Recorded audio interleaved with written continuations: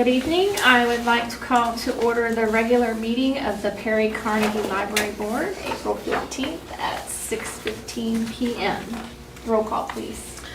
Coffee. Here. Marshall. Here. Davis. Here. Goldar. Here. Rupp. Here. Williams. Here. Brown. Here. Wortham. Here. Declare a quorum, and I would like to have Joshua Bell give our invocation today.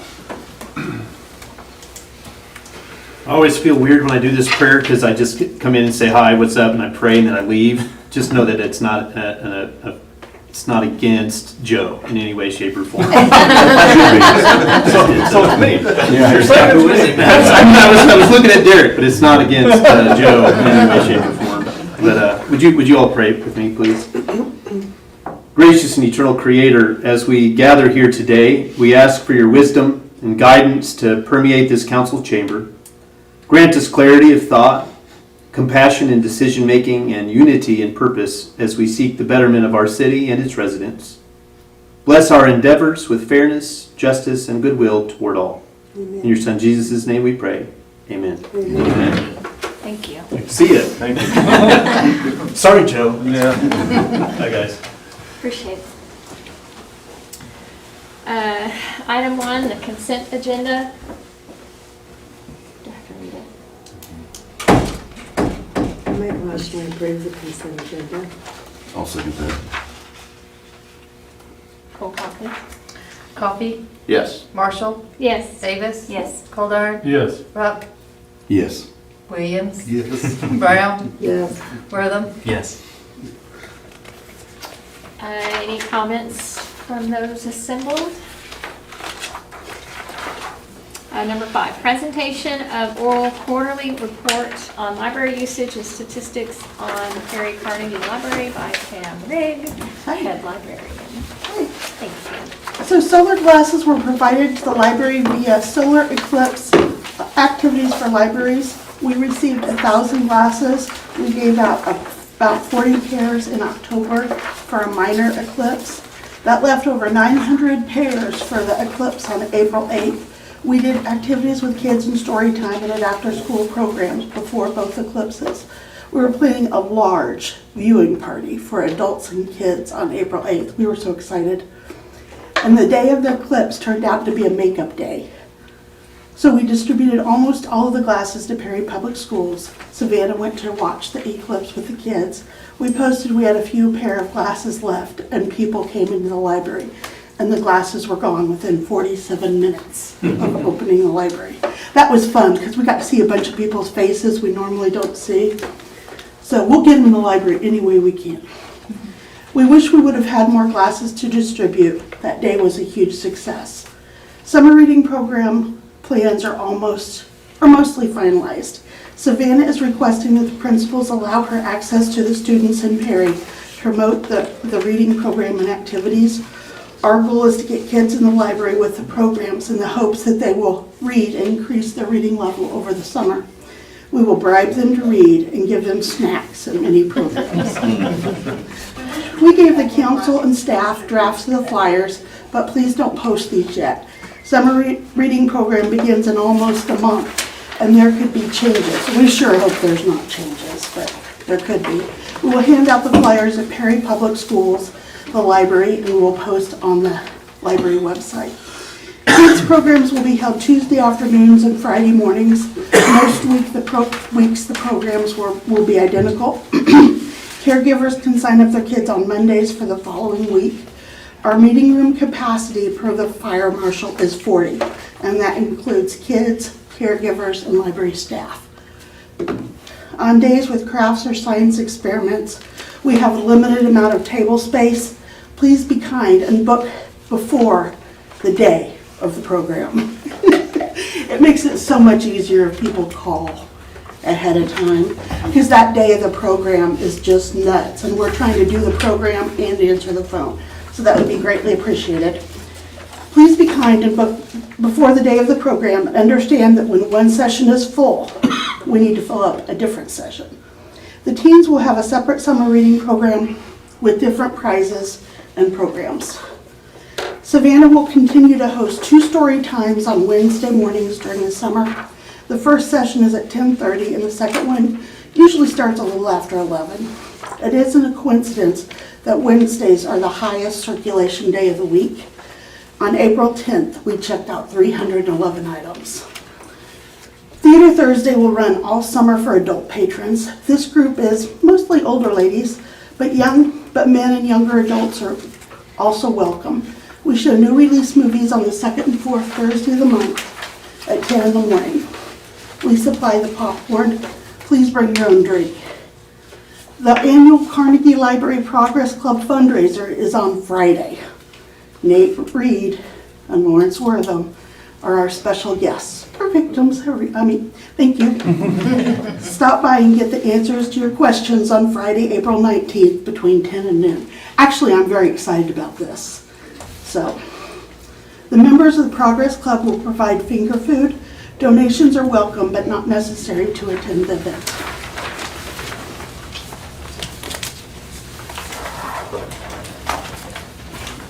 Thank you, Pam. Thank you. Number 6, any new business?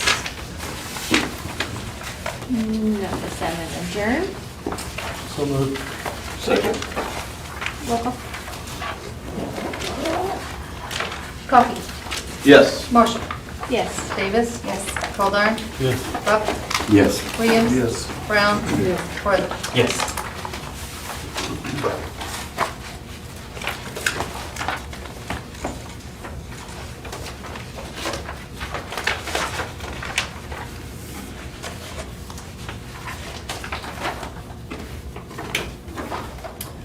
All right, let's call our regular meeting for the City Council of the City of Perry, April 15th, 2024 to order and have a roll call. Okay. Coffee. Here. Marshall. Here. Davis. Here. Goldar. Here. Rupp.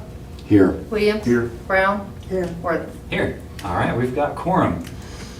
So item 1, our consent agenda. Now we do have an issue with item B in our consent agenda, that the PFA Holdings minutes are printed out incorrectly, where it marks that all of us are in the quorum, or in that meeting. And so we'll have to fix that. And so with that, do we want to pass on the consent agenda until next time, or can we still pass the first one? Item A? Yes. Motion to approve consent agenda 1A. Second. Okay. Okay. Coffee. Yes. Marshall. Yes. Davis. Yes. Goldar. Yes. Rupp. Yes. Williams. Yes. Brown. Yes. Wortham. Yes. Okay, so we'll have item B on the next meeting in the consent agenda. All right. Item number 4, citizens desiring to be heard. Don't believe we have anybody. Let's move right along. Item 5, proclamations, commendations, reports, and inquiries by the governing body. So let's start with, I don't believe we have any proclamations or commendations. Is that correct, Nate? That's correct. All right, council reports. Ward 1. Scott, Gloria, you guys have anything for us? Well, I did have one comment that who told me that there was a group of people talking, and I really appreciated the conversations that we had at our last council meeting. They were glad to see that on the agenda, and it really, helped them a lot to understand, and they were glad we were looking at things. Also, I might just say our mayor was bass guitarist at a concert Friday night for one of our local girls graduating from college, Christina, and Douglas. she's quite a performer and has really a great voice. So I just know if everybody knew that about our mayor, and thought that maybe I would bring it to your attention. Thank you, Gloria. So, good and bad. I had a few people make comments about streets, which, again, I assured them that we're working on it, but I think everybody's wanting to see some action. On the good note, though, everyone, I've had several people tell me within the last few weeks that they're really excited about the council that we have and how active everybody is, and I didn't want to just bring bad. Thank you, Scott. Any streets in particular, or just the streets in general? Oh, there's a few. Yeah. 8th Street, north of Fur, keeps coming up. 4th Street. I haven't heard that one. I had that Okay. mentioned to me again this week. What street do you live on? I live on Quail Creek. Okay. It wasn't Derek. Dirk's Derek's like, hey, Scott, next council meeting. No. It was one of his neighbors. I'm talking about. I did just hear 9th and in between Cedar and Delaware recently as well. There's also an area that I'm just gonna bring up to you. I've heard things before, but not lately, but in that alleyway behind Homeland, you know, that alleyway turning off of 7th Street serves the Homeland, it serves the church. And behind that, there's holes and water all the time.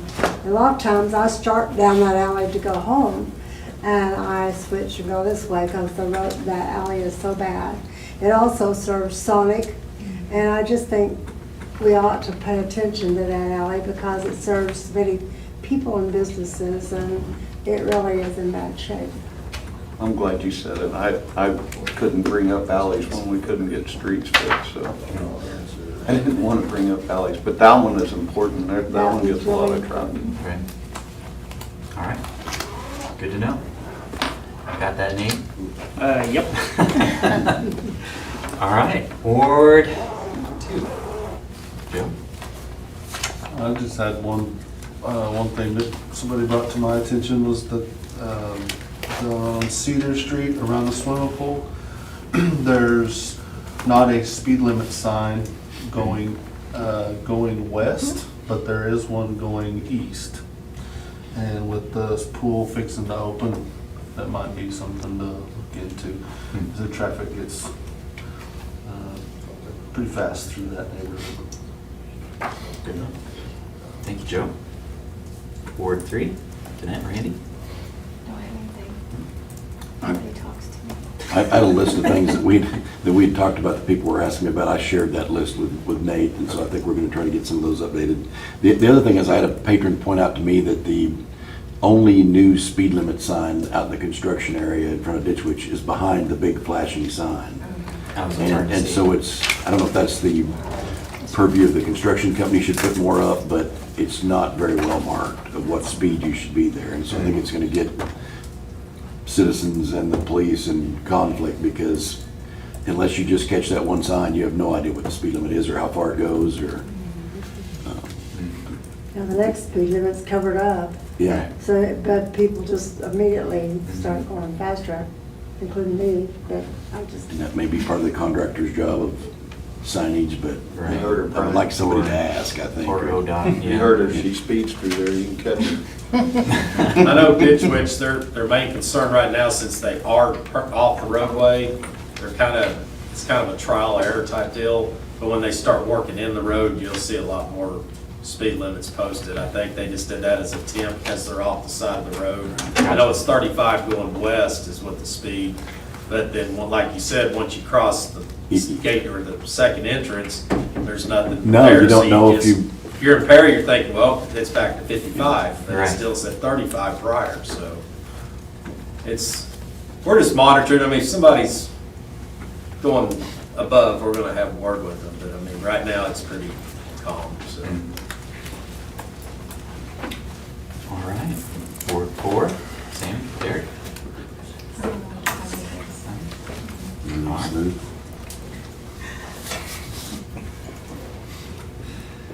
All right, how about our committee reports? Hospitals? We met with that today. You guys want to report on that?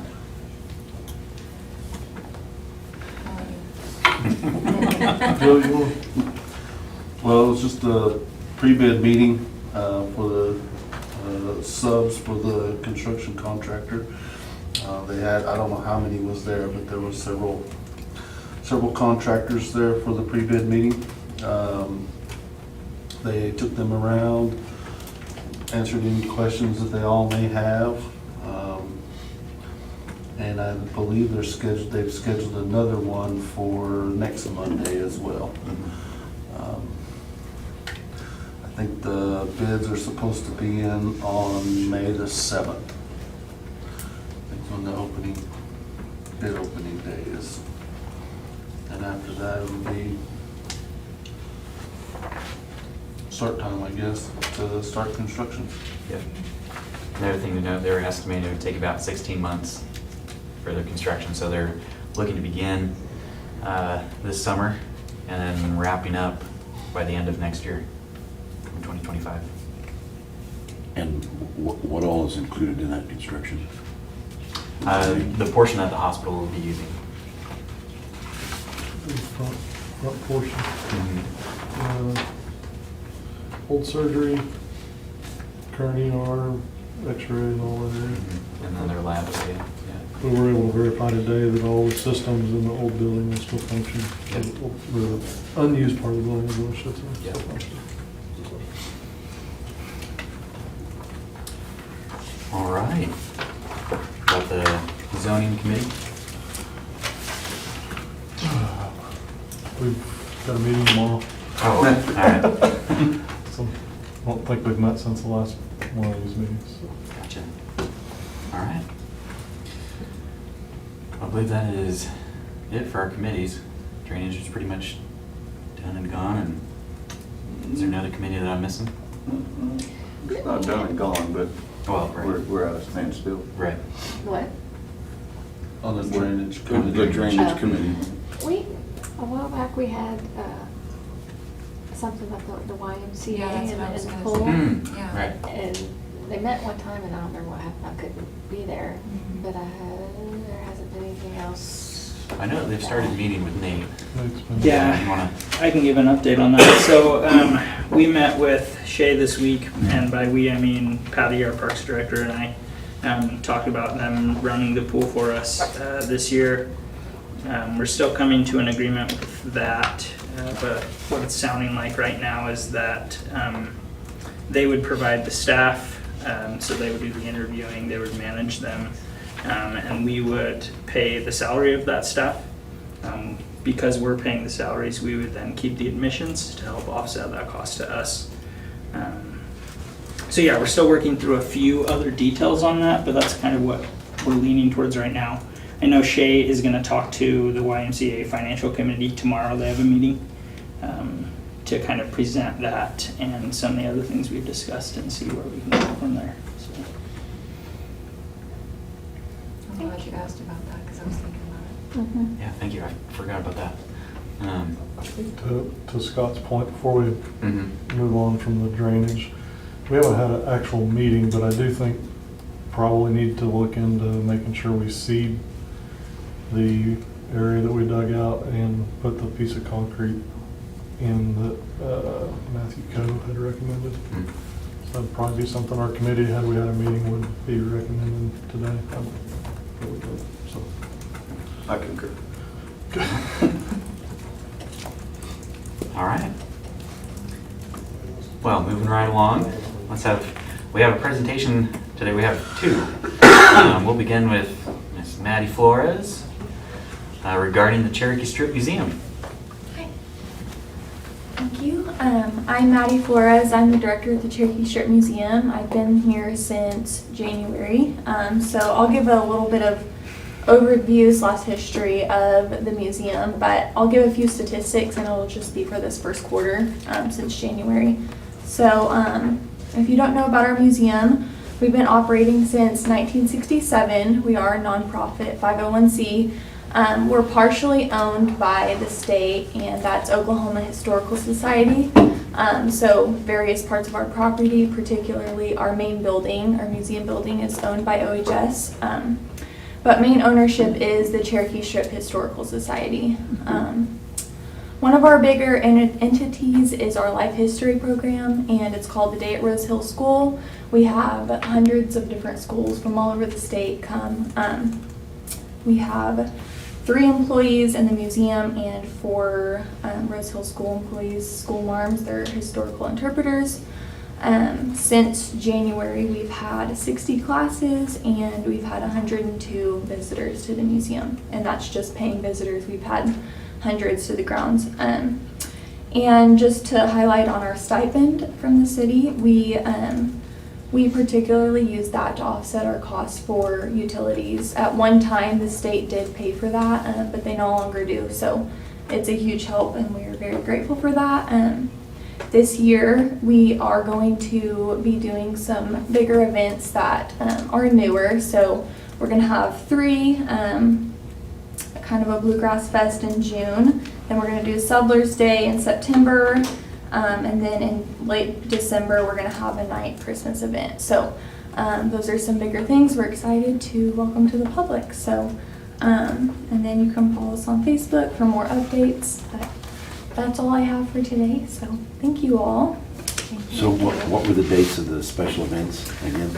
Okay, I'll give you exact dates. June 1st is Sounds of the Prairie. It's a bluegrass concert featuring the Hunt Brothers. And then September 7th is Settlers Day. And it's just an all-inclusive family event featuring homesteading activities, a land run for kids, cowboy reenactors, all sorts of different stuff. And then December 20th is our night Christmas event. It's going to be a Friday night, the night kids get out for school, Christmas break. And that's going to be tons of different things, carriage rides, schoolhouse reenactment program, tons of different stuff for these events. So we're still working on different vendors and different activities for all of these things. And then we have our minor events, which is our blacksmith demonstrations that are regular, consistent every year. And that's May 4th, August 3rd, November 2nd for the blacksmith demonstrations. So every 3 months. Yes, just about. Sounds cool. I would encourage you to, and you can get with Nate or Tyson to get that on the city's app and calendar. Oh, yeah. So that And we're can going get to pushed start out a as well. monthly newsletter, so if you want to send me information as they get closer, I wrote down some dates we can collaborate. Perfect. But we'd love to advertise them. Mhm. That sounds great. We definitely work with Main Street and Perry Commerce to make sure we're aligning our events and kind of they're flowing and not clashing with each other, so I will say that. So, All those events, really, is there a cost or is that free? no, they're going to be free to the public, so. Any other questions? Thank you for sharing that. Thank you. Yeah, thank you. Of Thank you, course. Maddie. We appreciate your generosity, so thank you. Thank you. All right. So we will have a presentation by Jared Cunningham with Seth Wadley on the status of Ford facility construction and Charles Hall Boulevard. Hello, folks. Pass these around, even though I'm going to describe why they are visually deceptive. So, Let's just start with that. at the last minute, after we did these renderings, Seth calls me and he says, "Hey, I didn't think you'd mind, I flipped the building." Which, in the sense that most dealerships are oriented front to back. In fact, that's auto parlance. Whenever anyone who's been in the auto industry refers to the front, they're talking about sales and finance. When they talk about the back, they're talking about parts and service. And that's because, generally speaking, dealerships want to be location, location, location, but expensive frontage, right? So they want a deep, narrow lot. That's how it always historically been. I hated that because there's a nuance to this front and back concept that I never liked in our business, where the priority was placed in the front, as is typical, and there was less focus on the back. Whereas from my perspective, and I've preached this since we got to Perry initially, anybody can sell these things. Now some better than others, but at the end of the day, what really separates dealerships is how they take care of the customer after the fact. And to me, that's parts and service. Like if I'm a customer, I don't care about my showroom. I want to see that the techs work in an amazing environment. And so we devoted a ton of effort into how do we make this property work where the building is side to side rather than front to back. So when Seth said, I didn't think you'd mind, I flipped the building, I did mind a lot, because what he meant by that was actually he moved the sales I had always had on the southern side with service on the northern side, because I wanted to be able to, and this was how it was engineered, apparently unbeknownst to Seth, that the wall that is the very end of the building on the service side was supposed to be a parapet wall, where we engineered all of the utilities in a way where I could just call our general contractor and say, hi, I need 10 more bays. And the building would be built in a modular fashion where they could literally just go in and very easily remove that outer wall and start extending the building towards First Street. So it was very intentional. When he said he swapped them, it meant that service would be pointing at the old Vance dealership, sales going the other direction, which would mean we were landlocked. And so I called him and I said, hey, we're starting off with 22 bays. My goal is 60. Multiple expansions towards First Street. Yeah, I do mind a lot. And then explained why. And he was like, oh, crap. Yeah, we need to fix that. So when I say this is deceptive, it will look exactly like this and what has been passed around. We just didn't go to the expense to have renderings made showing that revision. So you just have to kind of imagine one side of the building actually being on the other. Does that make sense? Yeah. Okay. So as far as updates, I'm extremely excited to say that we're ahead of schedule, and that shocks me because as a lawyer and our general counsel, I was very involved in the drafting and completion of the contracts with our general contractor. And we have a penalty clause that takes effect after 300 days from groundbreaking, which is extraordinarily aggressive. And I kind of thought it was ultimately going to be waived when we got closer to that, and it would not really be indicative of the construction timeframe, but in fact, they're ahead of that schedule. Now, I obviously don't know that that will continue. There certainly could be things that bog it down, weather and otherwise. But they've reached a point in this process where having the stem walls laid this week and today, and utilities are going great gangbusters.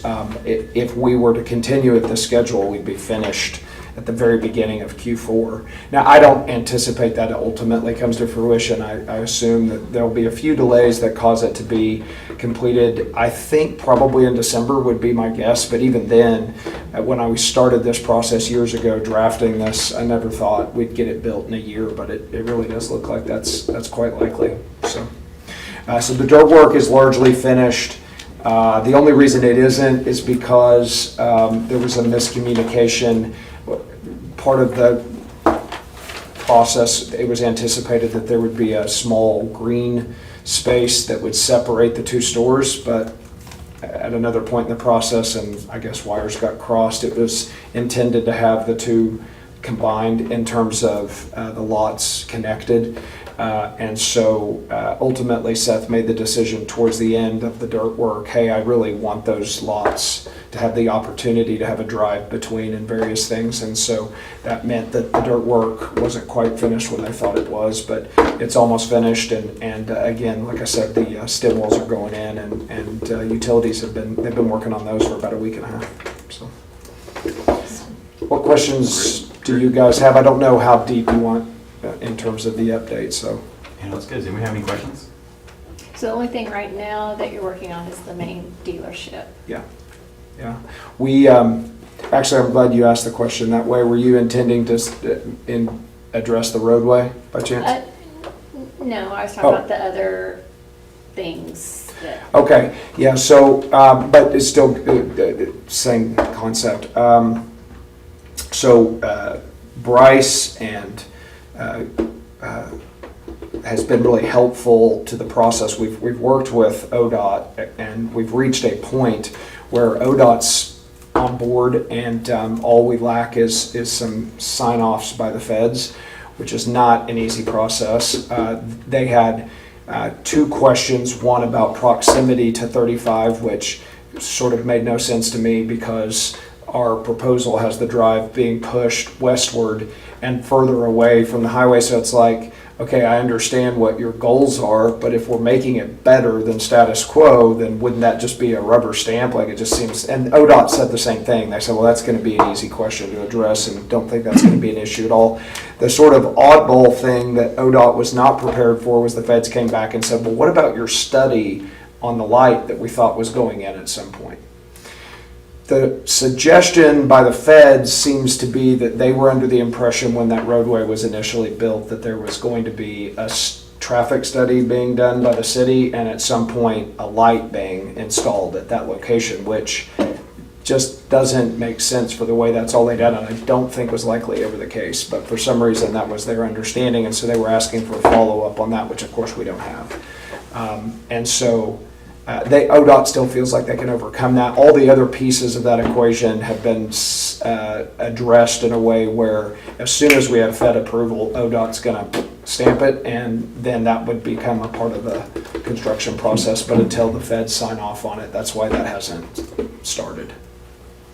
And does everyone know what the intent is or what the proposal is to ODOT and the Feds on that drive? Make it 2 lane. Yeah. A couple of years ago, yeah, but. Sure. So it was really conceptual then. It's now like a very hard and fast like set of plans and approvals and such. But sort of 30,000-foot view. Currently, obviously, you've got the on-ramp to I-35 commingled with the access road that is a single lane. The proposal we made was that we separate those markedly so that the actual access road is rerouted in terms of entrance, where it is an exact replica of the entrance into the Holiday Inn and stacked right on it, basically. You just take the same curvature of its curve and then complete that as the starting point of our drive, which would take that entrance of the access road quite a bit west. And then the 2-lane that would be created would basically run right along and at the same sort of curvature and angle as the parking lot for the Holiday Inn until it eventually met the current one-way, and then we'd be cutting a curb and expanding so that it becomes the width of a healthy 2-lane, which I think would be awesome because obviously it's going to give much better ingress and egress to those facilities that we've invested in, but also it separates those drives, which at least from my perspective is pretty muddled as it currently is configured. So I think it's a real positive in both of those respects. Any thought about the downtown? I get asked that a ton. And my take on this, and Seth generally goes with what I suggest and request, just because I live here and I'm so invested in what it is. I hate to abandon unless you guys have a great opportunity for a business that would come in and improve Perry. I mean, that's the way I see it. Like, if, I think there were some different options that you guys worked on at some point. Maybe ice cream there was some. If some company wanted to come in and would be able to utilize those facilities in a way that would be a boon for the square and for the community, then we would vacate. Because the truth of the matter is, logistically, it's just kind of hairy to maintain what we would have out on 35, but also keep this. And then personnel would duplicate some roles. And yet, if it were the choice between we're going to completely vacate and that's going to become, a vacant facility and kind of a black hole with that square, we wouldn't do that. And so we've kind of come up with some contingencies of how we could use it for overflow service. And honestly, what I would really love to do is it is extremely difficult to run these stores and not have services in Perry that are related, and we constantly have to spend a bunch of money on transport to upfit shops in Enid and Edmond and Stillwater, and there's just a lot of things that at one time I really wanted to in-house here, but I think it's going to be difficult with so many irons in the fire. What I've been trying to do is convince somebody to come in and provide that here, and with the promise that if you'll bring your business here, we'll do all of our work with you. Because it's, I mean, we spend a ton of money, and it's just really cumbersome to have to drive 45 minutes to go get windows tinted. But, you know, and bed liners and hitches, and there's just so many things that we'd love to be able to do here in Perry. I'd give jobs and make money. And so that's really what I'd love to see happen. I just haven't gotten anybody that's committed, so I hate to tell you that that's what's gonna happen. At the end of the day, this is why I think it's so important to have local ownership of these businesses, because Seth wouldn't care about that stuff, but I mean, it really matters to me. I mean, I want to see the community win, and I think it has really helped on the town square. So I want to make sure that one way or another that continues. What else? Anything? Happy to. So if the 2-lane is not completed by the time Right. December rolls around, is the business still going to be effective and okay? Oh, yeah. Yeah, of course. And the beautiful thing, now, maybe not so much for Chevy, but darn sure for Ford, is if somehow this isn't able to be timed in an ideal fashion and it can't be a part of that construction process, we still have the access off of First Street, and fully intending to make that an impressive entrance. And so that gives us that flexibility and latitude to have the entire access road at some point not, you know, ideal, or even at some point potentially blocked for construction, and still be able to have great access in and out of our property. So. And then you guys, I think maybe she wasn't so much referring to the road, but other facilities and other development here. The property that is next to the Microtel, that right now is our access point for all of the heavy equipment, it will most certainly, no matter what, it's going to be a really well constructed drive, because that's how all of the delivery components to our businesses will bring those to Ford. So rather than having vehicles dropped off where it's just such a bane of every dealership, having these huge transport trucks drive up your main drive and hit things and be, you know, in the way of customers, and and it's not just vehicles, it's parts and it's uniforms, and it's the companies that come in and they bring, you know, the huge amounts of oil and various things. All of that will be able to be run through the back of the facility, which is going to be great. So there will be a very nice drive that feeds the back of the store.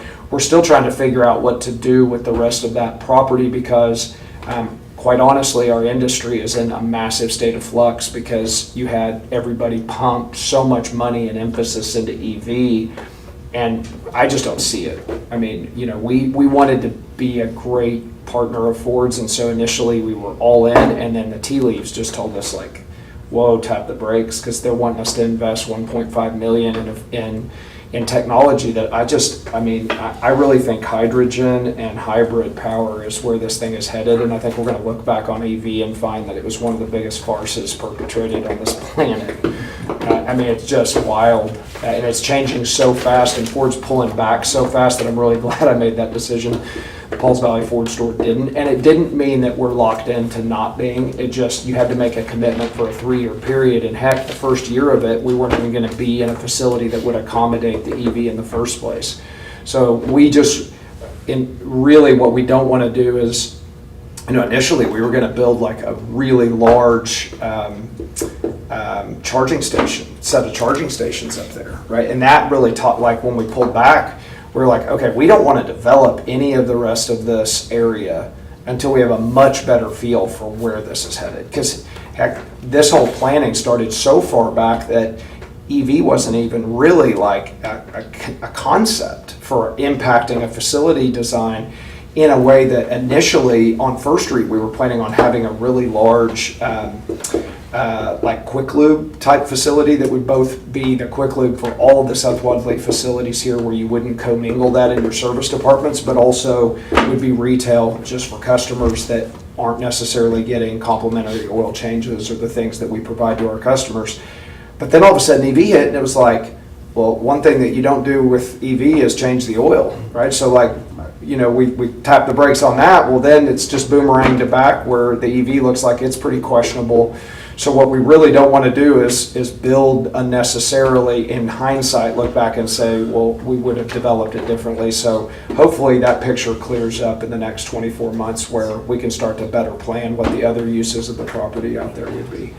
And then actually one other thing on down here, the other part of like vacating is Dodge has really, like they've just over and over and over stated for the record for us that if there's going to be a Dodge store here in Perry, it'll be our flag. And they want it to be in Perry, yet they're saying they just won't expand into rural communities until they see certain things in their picture clear up. Because I don't know if you guys follow it enough to know, but like a big hallmark of that whole 4-factory conglomeration in terms of Chrysler, Jeep, Dodge, and Ram has been big V8 motors, and they've completely eliminated that. Like this is the last year that they're going to make the big V8, and so that really then, like, that was a great fit in an area like Perry, Oklahoma, but if they're going to completely eliminate that and they're going to go focus on EV, maybe this isn't the best place for a Dodge store. And so they're trying to get their picture cleared up just as much as we are. So I just don't feel comfortable saying that's coming for sure yet, because we're trying to figure out what that looks like. And yet at the same time, we had run by them, okay, if timing works where Ford is already out on I-35, we can use this facility like we did with Ford if we guarantee construction out on 35. And they said absolutely. So it's just a question of their U.S. plan in terms of expansion that we're still trying to figure out. If EV hadn't become what it was pushed politically, the Dodge store would already be a part of it. That's really what gummed up that works, at least in short term. Sorry, I know it took a long time. No other questions? Good information. Yeah, thank you, Jared. Perfect, of course, anytime. Thank you. Thank you. Thank you, guys. All right. Let's move on to item number 6, our CFO report. Hi, guys. Hello. Russ is filing extensions as we speak. It's April 15th, so I get to be here tonight. So you've got March financials in front of you. We are 3/4 of the way through the fiscal year, so 75% is where we should be.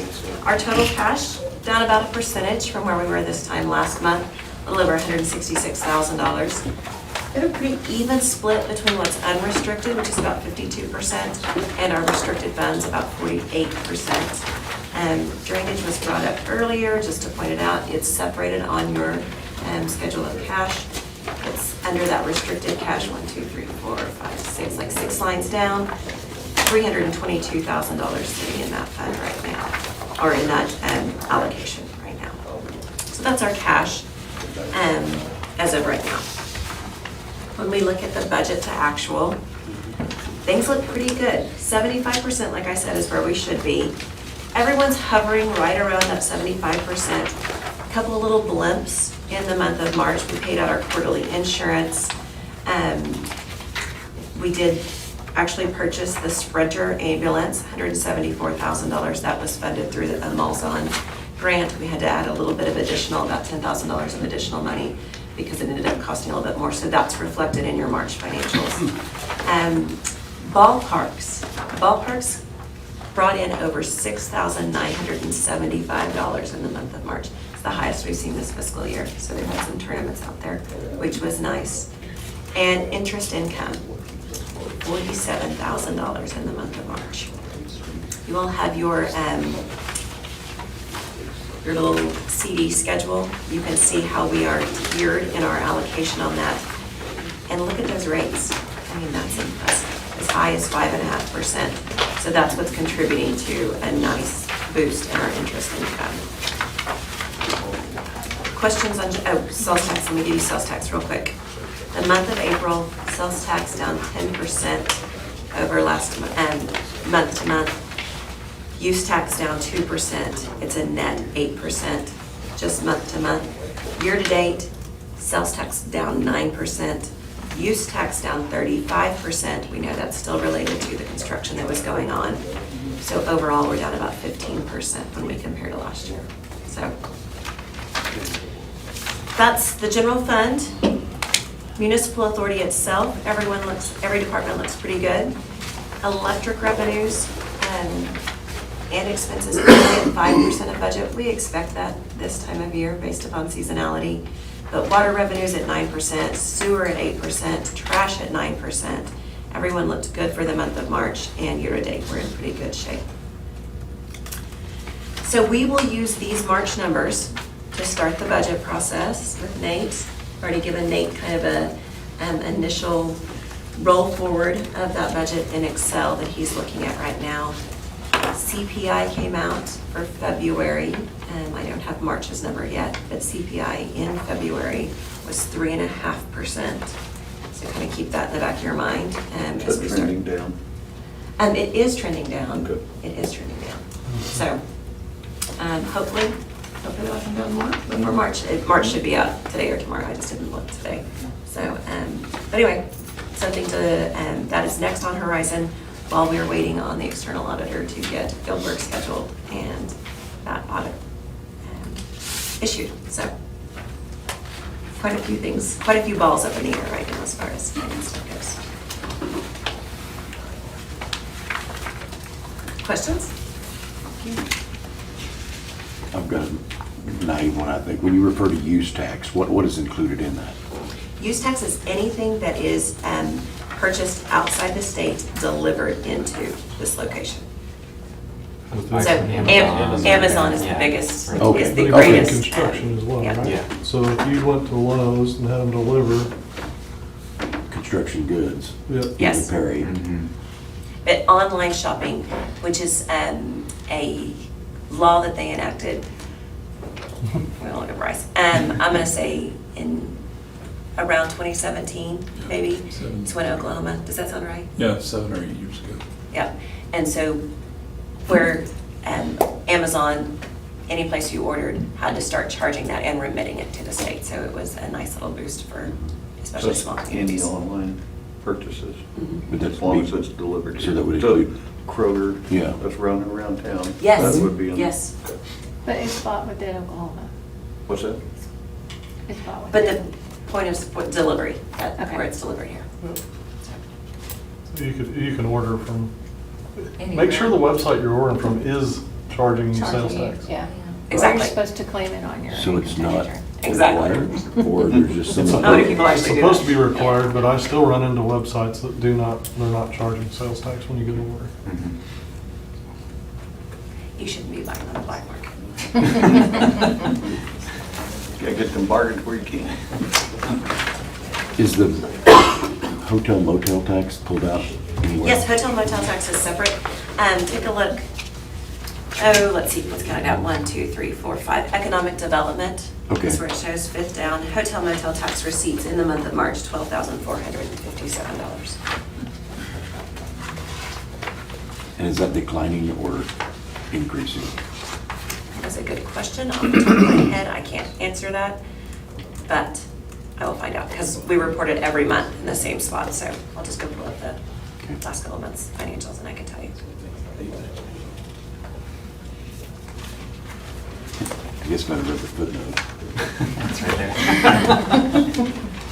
It's too fine to print.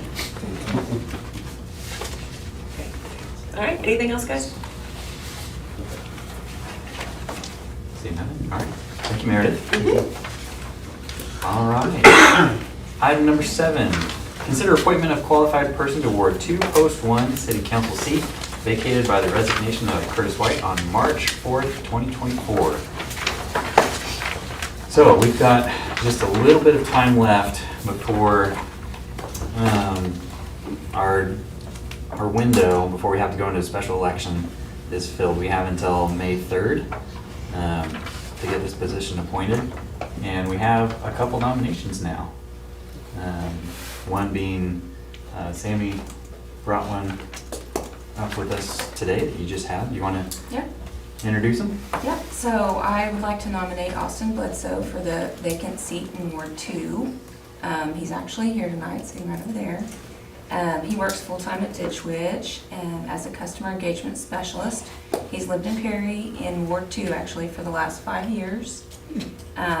He's an honest, dependable dedicated individual. I think he'd do great. I think he'd be a good servant for our community. So. Oh, and also this past Saturday, he volunteered at Perry Recycles with me. And jumped right in and had a good time. So. Also, real quick, Austin, do you want to introduce yourself to us? Maybe, does anybody have, I guess after you did that, and then if anybody has questions for Austin, we'll let you introduce yourself as well. Anything you want to add on to that, or? No, I'm Austin. I'm excited to be able to get involved in server community. Nice. Okay. Anybody have any questions for Austin, or? No. All right. Thank you, Austin. I did have another person come up and express interest in the seat as well, Ann Height. She also lives in Ward 2, and she said that she'd be interested in it as well. So whereas before we had crickets, we had nothing for this. Right before the deadline, we've got 2 folks that are interested. And so with that, we have 2 nominations. So is there any discussion? Does anybody have any thoughts or? Go ahead. Since Austin is here, I would like to ask him a question if I could. Yeah, absolutely. Do you want to come up to the podium? Put you on the spot. Is that the question? That's what I had to go get, so come on. Is that all you had for him, Scott? Yeah. Was that it? Yeah, that's it, yeah. Do you have a agenda for what you're wanting to be on council for? I mean, what's your goal? To better, I want to be able to build a better server community, learn more of what's going on, be able to help guide and make decisions. Okay. Okay. You have a family? I actually don't have any family that actually lives in Perry. My closest family live in Morrison, between here and Bill's Corner.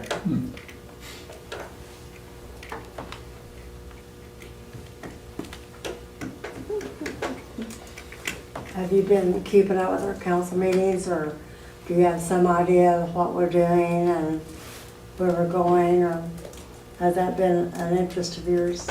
I watched quite a few of them on Facebook, back before it was on YouTube, but a few of the Facebook Lives, and keeping up a little bit.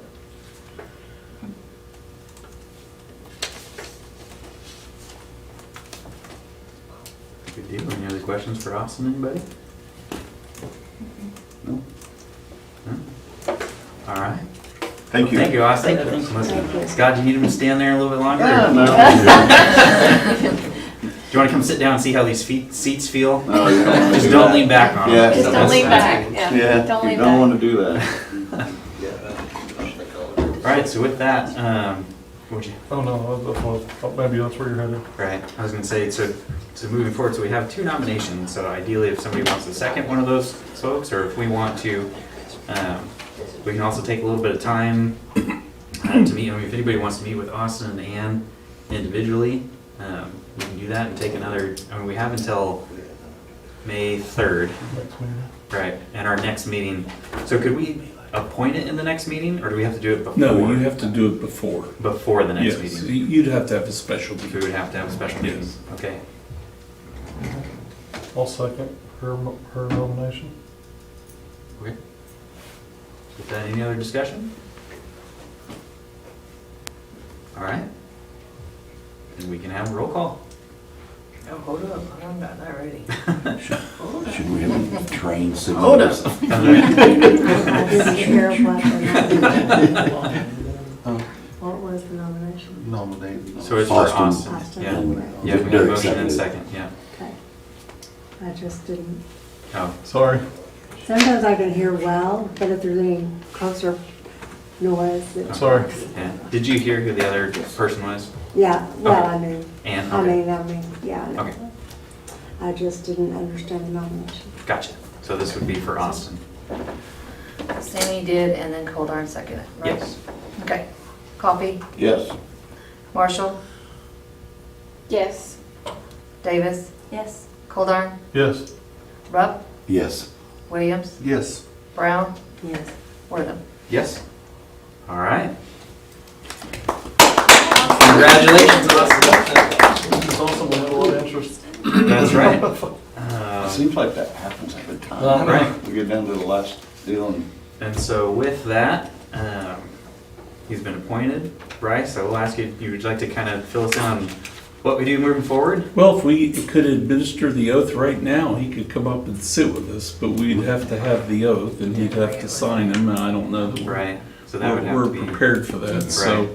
But anytime, I mean, he's been appointed, so we don't need to wait for a city council meeting. Right. He can come down to the clerk's office at any time and take the oath and sign it, and you'll be a councilman then. It doesn't have to be in front of the board. But it could be right before our next meeting if It you'd could like to be. do it. Right. Yeah. Right. If you'd wants like, to do it if you'd like public. to do it publicly, it could be right before our Our next next meeting. meeting's the 29th. Yeah. No. The- No. The It'd be the 6th. Oh, the Yeah, 6th. It's the 1st and 3rd. And also, just so you know, we meet the 1st and 3rd Monday of every month. Is when our city council meetings are at. Oh, yeah. And so with that, we would have, does it have to be Sherry or? No, the clerk Oh, will the do clerk it, could do it. and you can do it. Oh, okay. You can administer the oath too, under our charter. I Yes. guess. There we go. So I get, oh, you don't have everything ready, so. No. But you are welcome to stay. And, well, you could join us for the rest of this meeting, but you wouldn't be able to vote on anything until we get You're you sworn sworn in. in. Okay. Yep. Okay. Welcome aboard. Welcome aboard, yeah. Thank you. I mean, if you'd like to join us up here, you're more than welcome to. No, he can, he just can't Yeah. vote. Yep, you just can't vote, so you're welcome. You can come in, you can comment, you just can't vote on anything. You gotta try out the chair after all. That's right. Don't lean Don't back. lean back, Don't lean about the chairs like we do. You will end up on the floor. You too. Nice to meet you. We don't have an extra copy of the agenda, do we? You can have my copy.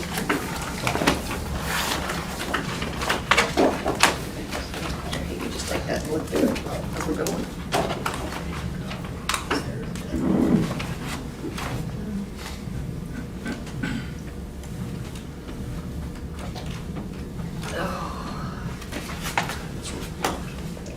Okay. Thank you, Bryce. All right. So with that, we'll move right along to item number 8, which is our presentation of status of projects and other public matters by the city manager. Direct action as may be appropriate. So this looks like a little bit of a different format, just so everybody knows, but one thing that Nate will be doing moving forward is giving us updates on the projects that we have going on. In pretty good detail. I mean, I really like how this is set up and broken out by projects. So with that, Nate, your report. Sounds great. Yeah, I'm looking forward to having it more in this format so that I know a lot of council members have expressed resident concerns about projects and questions they bring up, and I think this will be a good opportunity to discuss some of those. That being said, my time in Perry so far has been measured in weeks, not months, so all of this stuff predates me, so I can't take credit for any of the awesome things we have going on, which is why I brought staff tonight to be able to answer questions. So as you express questions as we go through these, staff, maybe feel free to come up to the podium and answer any of those questions. So with that being said, let's jump in. So the first item we have is emergency water system repairs, which involves the storm damages that you guys went through just a little bit before I started. We're requesting reimbursement through the Rural Development Emergency Grant.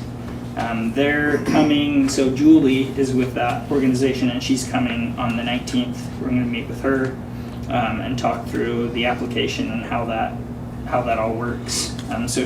So we should have some timelines and things like that coming up. Any questions on that one? So the damages are throughout the city, or are these at the water treatment facility? There's some at the water, there was that big one outside the water treatment plant, and then there were some throughout town. So that was everything that happened in January. Okay, That the result big- of that storm. Yeah, that big mess that we had. It's in multiple areas. That was fun. You say so. Great question. Anything else on that? Okay. All right, so the next project, 32nd Street Sewer Main Extension. We received a grant from ODOC that covers engineering and construction costs.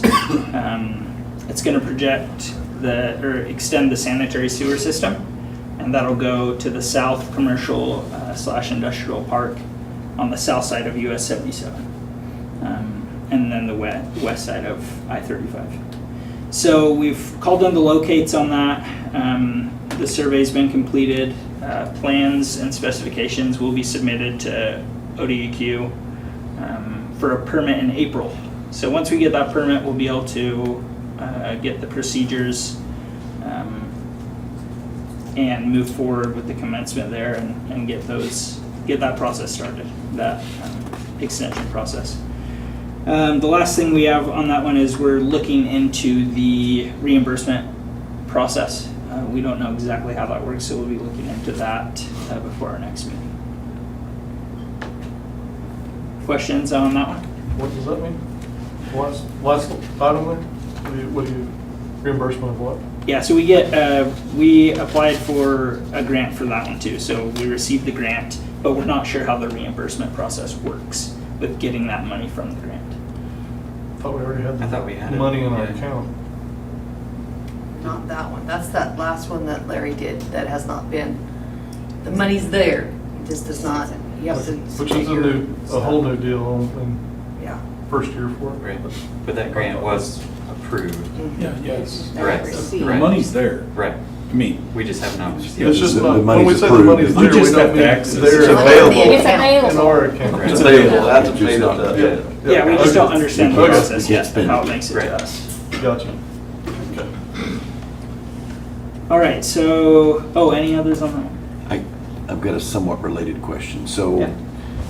that property out there, anything that would be built out there that would be sales tax generating would be Perry's because that's part of Perry. yes, it's been annexed into the city, absolutely. It's a very pertinent question, thanks. All right, let's go to the next one. CWSRF sewer system improvements. So we submitted an application for the engineering side of that. Engineering is expensive, and so we submitted a grant, an application for a grant to do the engineering. The scoring for that grant is completed in mid-April, and we'll make a report as we hear back on that.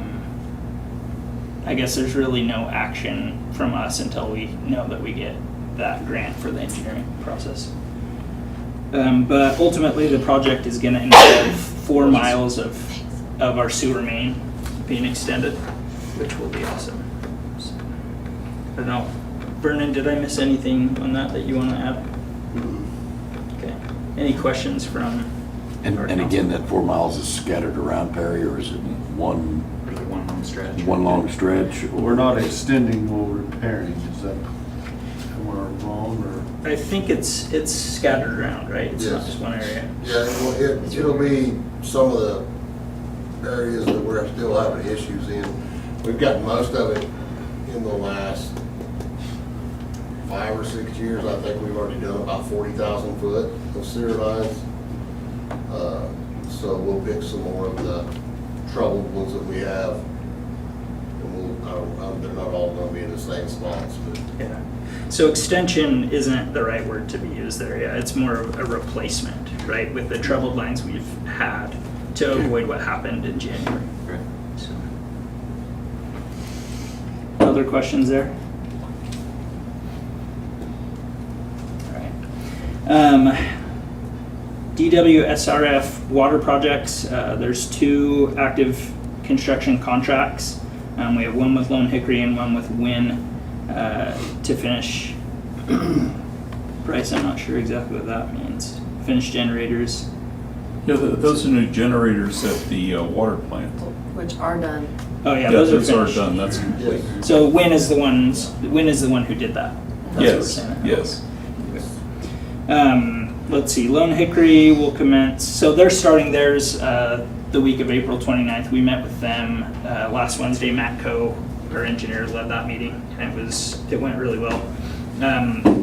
Myers has had a lot of turnover, and so there's been some issues with communication. That was a really good meeting to kind of get on the same page. I know Matt took them out to the job site. Vernon went with them, and they kind of showed, what they're expecting, and it was good for the contractors to be able to see what they've bid on, because they hadn't seen it up to that point. I mean, they'd seen it in plans, but not in person. So yeah, that was really good. They're going to start on the week of April 29th. They'll have their equipment there and begin digging. Projects are fully funded, and Steve Hoffman with ODEQ, he was at that meeting as well. So he was talking them through some of the funding and how that works. Are there going to be closures with this? That's a good burning question. Do we know if there's going to be closures on that bore project? Shouldn't be. There shouldn't be. I don't think they'll have to. The only one that would concern me would be the 7th Street, right there by the Silverthorne. But I would say as far back that they'll be offset on them. I don't believe there'll be any closures on that. There will be on the over on 6th Street. They'll have to shut that down over there when they get to that, because they're going to have to set back over in Stillwater Mill parking lot where their feed fertilizer plant's at, to make that more. And then when they go up from Birch to Cedar to do that tie-in, that block will be shut down through there. Okay. So we'll make sure we communicate that with our social media. We'll coordinate with Christy and Brennan and then the project managers, the contractors. So, we'll communicate over social media, and hopefully we'll have a newsletter out by then too. On those shutdowns, I mean, what kind of time frame are you just within the day, or I would days, or well, once they get started, as they're going through, they're supposed to put so much pipe in and backfill and then put gravel back in. But I know that at some point there'll be about a 2-week shutdown for them to go back and grade, get everything packed, and do the concrete, because it's called for concrete repair once we get the ditch settled and packed. And I think he said it would be a 1 to 2 week shutdown for all that. So it's really going to affect, would be the northbound lane, because that's where we're coming down through there. So they'll still be able to have some access through there. So we'll have to work with the contractor to find the best solution there. Those are good questions.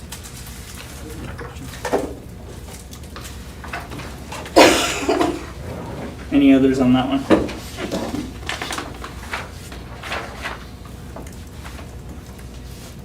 Okay, I'm gonna take a couple notes.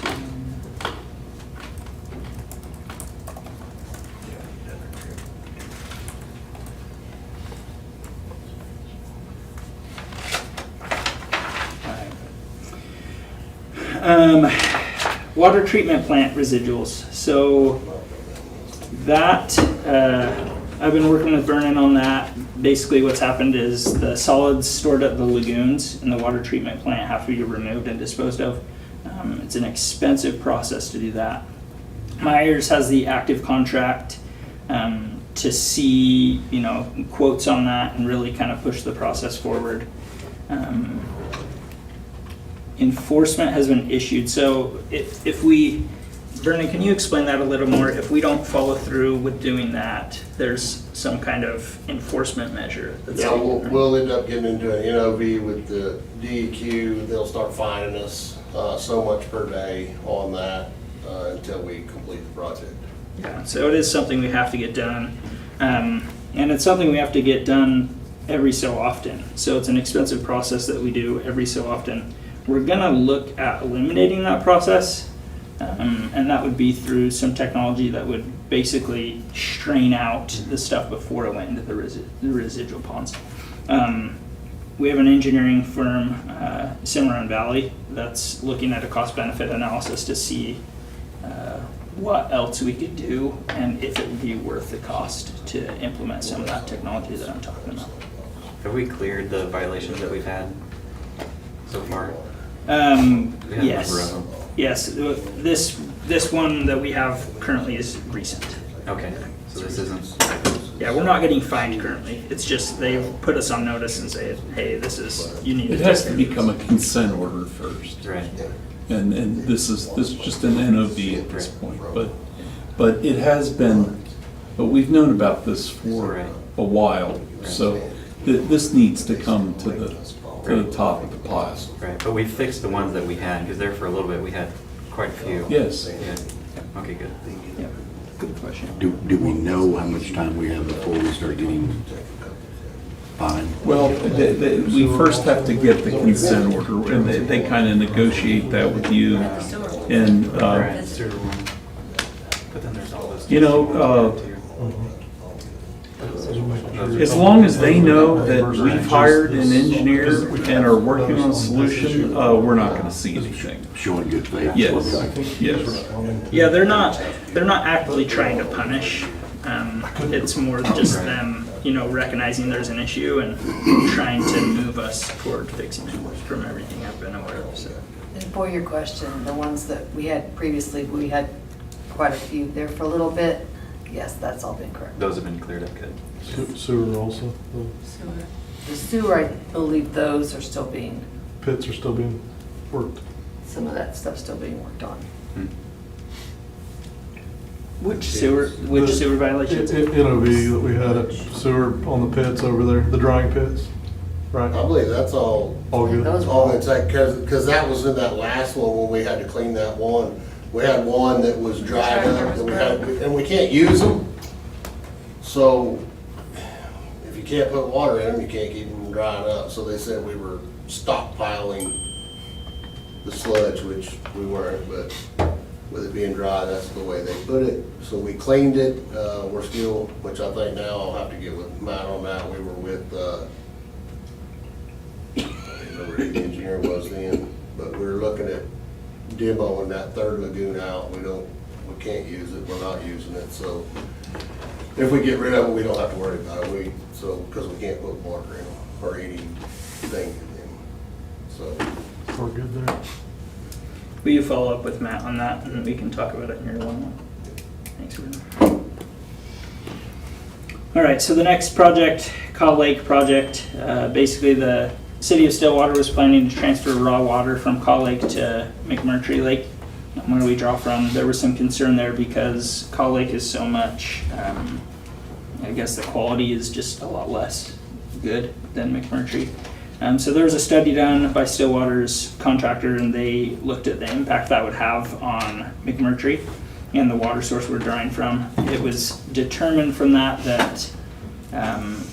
the damages would be minimal. There'd be minimal impact, and that's just because of the amount of water in McMurtry compared to the amount going in. It just dilutes so much that there's really it's a non-issue.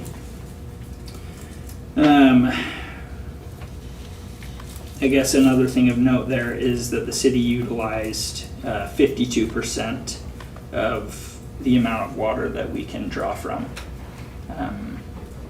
We need to increase that because they base the rights on our usage. So we're gonna try to keep a better eye on that in the future. I think, Vernon, it's every 7 years, right? Yes. Our biggest issue was whenever we decided to do the trout fishing. So there's quite a bit of time out there that we cannot pump, and we have to keep the lake 3 foot lower than normal. So I believe that's like from May to October. Yeah. So starting in October, we cannot, they want us to stop pumping and keep it down 3 foot. So from October all the way around to May, we cannot really pump. So that's kind of where it comes into the usage on that. I believe it's the end of March. The end of March. Is it the end of March? Okay, the end of March. But now we know that dealing with them, so they know one time in the next 7 years, we will just all year long pump. We'll have to get with them, let them know, and then that way we'll have that one higher usage on there, and then we'll go back for the trout fishing to keep kind of happy. So kind of balancing competing interests there, but yeah. It is an important water source for us, an important backup source, so. Any questions on the Call Lake? All right. So water treatment plant roof is our next one. The purlins have corroded away, which is an issue. Myers has the active contract on fixing that. I explained earlier how we've had some issues with communicating with Myers, but it seems like that's getting better as they're getting their new staff updated. So basically what we need to do is remove and replace the purlins on that roof, adding a ridge vent and then replacing the panels as well. We have $250,000 that's been budgeted for the project, and Myers actually finally came out on April 10th, so this last week, and examined that with a structural engineer. So that the balls are rolling there, which will be really good.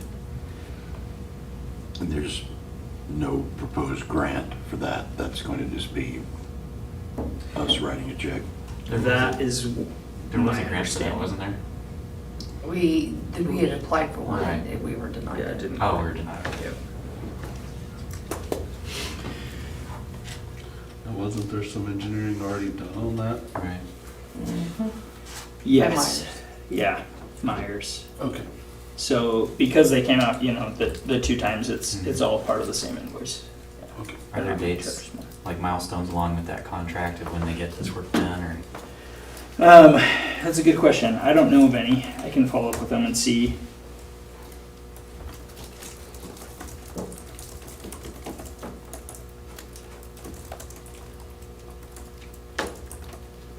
Yeah, really good question. I'll follow up with them and put it in my next update. Any others on the water treatment plant roof? All right. Perry Lake is our next one. So that's working on raising the dam height. NRCS is managing the technical aspects of that. We're currently waiting on our 404 permit to be approved. We submitted that in March. The public comment period is underway, so if the public has anything they want to bring to our attention there, they have till April 28th to do that. And then property acquisition, we have to do a couple acquisitions there, and those are all completed with the exception of the van property, which we're having an eminent domain fight on that one, which that's set for September. So. Yeah, it's all acquired. It's just subject to that case. Right. But there's no issue. I've already certified that it's done. I thought the 404 got approved. Yeah, didn't the 404 get passed or approved? No, it's not approved yet. We're still going through the comment period, and so I mean, but it's coming. The public notice is out. Right. It got submitted. So when you say approved, the Corps agreed with the application that we submitted, and Okay. and so yeah, it got Okay. approved at the Corps level. But Gotcha. They approved it, but it hasn't been approved. But they still have to run it through this process. Gotcha. Yes. Gotcha. Questions? So it's probably premature since September before some of the land stuff's cleared up, but do we have any timelines of when the actual construction might start? It will start immediately after we get that 404 permit. I mean, the state is ready to begin procurement, and they had promised us that we were good on that, and then they brought it up where that this would already be procured and already be working on. So immediately after that occurs, the state is going to get right on procurement, getting bids out there, and getting this grant money spent. All really good questions. Any others on Perry Lake Dam? Any chance we could do the trout out at Perry Lake? The trout Too big. fishing. It's too big? Too big. Okay. Yep. It's a lot to stock that, They, too. when I talked to them before, they stated that CCC is the largest spot that they do have. But you can hunt fowl. Yeah, cost more. Sammy's fault. All right, let's talk E911 agreement with county.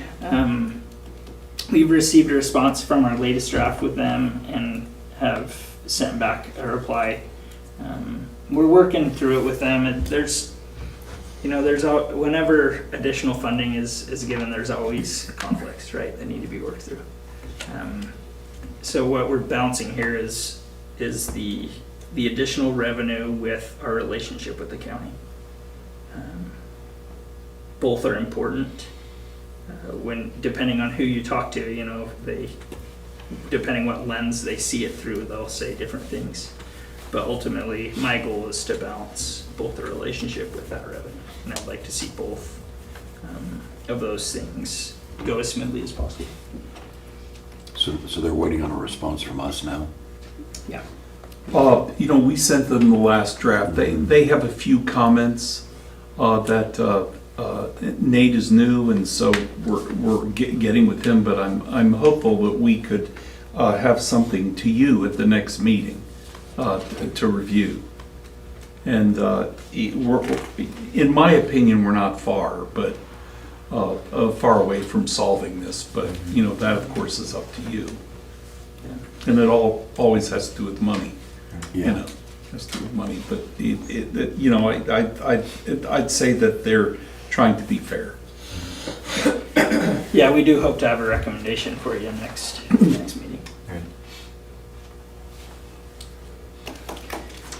All right, let's talk sidewalk projects. Phase 3 of the sidewalk project needs to be submitted to the NEPS review. That's probably a 6-month process, and we have to do that before ODOT does the procurement. So that phase would include Locust Street sidewalk, awaiting UDOT as well, and then the possibility of extending the school zone in that area. So we talked a little bit about that last council meeting, I think, where we've waited on the, or maybe Lawrence and I just talked about that. Yeah, we had talked about that. We Is did it talk about just that in the you last and I? meeting. Right. Okay. So let me bring it up. So in the past, we've talked about extending that sidewalk out, and then there was the concern, well, if we put that sidewalk down, then we'll have to dig it back up to put electric in to extend the school zone out. And so I would love to hear your take. Is extending the school zone something that we want to do as a council? It sounds like in the past it was something that we considered. Extending the school zone Yeah. on Locust? Like north? Can I chime in? Yeah, absolutely. There were some council members that really had interest in taking Locust Street from 15th to, let's say Rainbow Drive, possibly, and extending the school zone on Locust. We've never had a school zone on Locust. Oh, extended east on Locust. Yes, Correct. Right. Correct. It runs along I-15 Street. And, yeah, but not on Locust. There was kind of a push to that with the former city manager, and I said, I don't really want to put the infrastructure in with lighting and things like that if we're gonna go put a sidewalk in.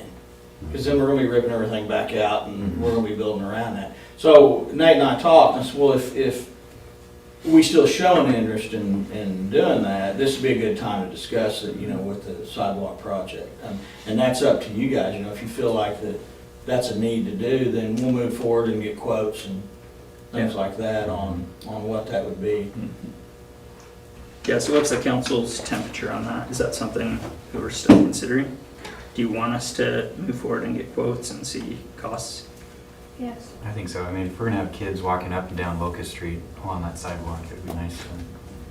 I wish we would have done it years ago before Right. we had a sidewalk there. It would have made more Right. sense, but. That's my thought is once we put a sidewalk in, it'll be safer. I don't know how much how much it necessitates it anymore or not. And When you think about What's that, this? there's kids that go down Call, there's kids that Let's go just say why we down pick other Locust. streets and. Well, because Locust goes a long way with no stop signs. Okay. And the So- traffic, and, traditionally, the traffic on Locust is a lot faster. It is. Regardless of the speed limit, it just seems to move a lot quicker on Locust, because you go a long ways before you hit a stop sign. Yeah, you're right. And we would, maybe prefer a school zone time Right. versus stop signs. Right, and that And so sidewalk it- is on one side. And so it would carry so many blocks up Locust or the full length or what? It goes all the way down. It's 8 city blocks from 15th to 7th, there's no stop sign. Right. No, but I was The talking about sidewalk the is all proposed, the way down. the proposed school zone. Oh, how far does it go? Proposed school zone, just looking at it rudimentary, because there is no set rules. I mean, it's really up to the municipality on where they want to set a school zone. Mhm. It looked to me like up towards like the Rainbow Drive area, what would that be, Okay. 12th, 13th, 12th, I guess? You're talking the east or Yeah. west side. Well, you'd have to put one Easternmost. bound and one Right. bound this way, you'd have one on each side. But that school zone would go from, let's say 12th to So roughly 15th, or 3 blocks. 13th to Right. 15th. So imagine just kind of looking ahead, if you've got more people walking up and down that sidewalk after school, and if it's on the north side of Locust, if there's any kids that are crossing the street to go down, they live on Carr or whatever, but they're walking down Locust, they're gonna have to cross that street. Well, that's where I was wondering if we don't solve it by where they cross 15th Street. Well, they will cross 15th on the Right. sidewalk. Right, Right. I mean, they'll have a Right. crossing that lines up with the sidewalk on it. The current sidewalk. right, but if on they the live school. down 10th Well, Street or down currently, 8th, though, they're they gonna cross- cross Locust. The proposed sidewalk's going on the north side of the road, right? Right, Correct. right, Currently, they come and cross on the south side of Right. Locust. right. Right. So that's where I was wondering if we make sure we still have a crossing on the south side of Locust somewhere for those kids that are on the south side, and then one on the north side of Locust where they don't currently have one, if that doesn't solve the, Well, if you put one north side of Locust, that crosses where the kids Right. and the cars are all leaving Right. after picking up kids. Right. If you put it on the north side. Right. Because I imagine so I live on the corner of 9th and Caw. If my kids are walking home from school, I'd prefer them to walk down the sidewalk and then come over rather than walking down Caw where there's no sidewalks or things like that. So I'm thinking about the kids that are crossing Locust further down, what that would look like, but. but See, that's interesting. Right. where we were just talking about having the school zone wouldn't even be that far down. Right. I think the school zone's just to try to slow the traffic. Right. Right. But Right. putting in proper maybe crosswalks down further Yeah. might be, Right. Just thinking down the road, Yeah. but yeah. especially if there was a Or what issues neighborhood could come up, right? in that area. We could Is there look any- at both and see Yeah. Right. what quotes wise. Is there any impact on us putting a school zone in there? I know it'd be safer for It'd the be kids, safer during those school but hours, right? does it put us under any kind of liability or anything like that? No, No. Uh-huh. no. It's just a safety. Yeah. I think we need, as we talked about previously, I think we need a bigger traffic study around the whole school Right. pick up, drop off flow. Right. and everything. Now, do we talk to the school about it as well, or kind of get that? Yeah, that'd be a good point. Maybe Right. it would be great to partner with them in that study, right? Because them putting that in has caused a lot of jams. Right. And they've got future plans too. Yes, Right. they may Right. have a completely different angst than what we're trying to fix. Right. Right. On- And also down Locust, so if we do the sidewalk, could it be a possibility to kind of widen the street there at the corner of 15th and Locust where a lot of folks park to pick up their kids? What that, like, that area gets really congested pretty bad. I appreciate the feedback. I will set something up and talk with them and see what their concerns are and see how we can partner. See, we have parents going through our circle drive to turn around. Oh, pick their kids, or to pick their kids up in our yard. I didn't know that was an option. I'll start. Well, I'm gonna put a toll gate. They're like, So- he's on the council, you're okay waiting in his yard. Yeah, so when I read phase 3, I was kind of under the impression that at some point, the city was gonna extend the sidewalk on Fur. Yeah, that's what under- phase 3 That is. is phase 3, Yeah. actually. And then Yeah. the Locust Street is a separate. That's a separate phase. So phase 3 is to extend it on out. Yeah. But both of those have been funded with grants, Yes. both projects. There's two of Yeah, phase so 3. there's phase 3 sidewalk project. But we didn't and really then talk Locust. about the one going under the, what's the Under the timeline bridge. on it? And, Oh, for Fur? yes, to finish it on to the, Right. To the ballpark. Down to the ballpark. yeah. I'm not sure. I mean, I on see that. more and more people. A 6-month review process right Right. now. And that it is, I guess, is Seth Wadley, Jared's already gone, but is he included in on that as they do that work? He on- knows about this. Okay. Yeah, Because that would go across the street that Charles Hall yes. Boulevard The and entrance that he was talking about. right, and the other one that he's talking about. Yeah, he told us he was gonna put it on the other side of the street and hope we didn't mind. Right. All right, any other questions on that? I wrote a few things down to do. I appreciate the feedback. I just want to say that sidewalks are exciting. Yeah. If we decide to put the sidewalk down Locust, that just increases the value of every home Yep. that it goes past. If we can get that underneath the interstate, the sooner the better. Yeah. I don't care where you travel, if you can walk, Yeah. it makes the city more livable. It And so does. anything we can do to speed this up, I'm on board. Yeah, that's actually been one thing I've really noticed with Perry that I haven't liked is moving here from a place that had sidewalks everywhere, right? And it's especially out pushing, our 18-month-old, it's like, this is a little bit sketchy. Yeah. Walking down to the streets, yeah. But that being said, a lot less traffic, Yeah. which is a plus. All right, so let's talk about, this one's just labeled as opportunity. The Transportation Alternatives Grant cycle is open. The deadline for submission is April 30th. So this one's a match, a 90-10 match for communities less than 5,000, so we qualify for that. Federal funding limit is 700, I think there's a Period there, yeah. period there, that should be a comma, which is fine. Yeah, that's- That would be a terrible match. I would not be excited at all about Big that. difference between Well, $700 when you're carrying it out to 5 decimal points, that's pretty fine. They make it seem like it's a lot, but, yeah, so I think that should be 700,000. UDOT pays 100% for the design, so that's great, and trails are eligible projects. So what kinds of things, it says trails, if you applied for that kind of grant, what kind of things would qualify? Sidewalks, trails. So sidewalks would? Oh, yes. And if you're interested, we need to get. This is the same grant that we've just Same one. discussed. We need to get So- Shears Just here more. next week, and you need to have a special meeting, because all that needs to be pitched is an application. But You it know. could be trails, is the. And, we got the other two, it's just, that, you think about this, it's a $70,000 investment for a $700,000 return. Right. So, that's why Nate wanted to Right. underscore this opportunity, and we've spoken to Shears, and he's willing to come and meet with the council and talk about, opportunities, because So with that, how's everybody's schedules look to have a special meeting for that? I'll be there. Okay. Austin will be there. Ideally, I'll be there. so Nate, Bryce, when would this work for you guys to have a special meeting? Do you want to do it on next Monday? next Monday? You Yeah, I guys can have everything think I ready to think go? I just had a meeting go away When next is- Monday.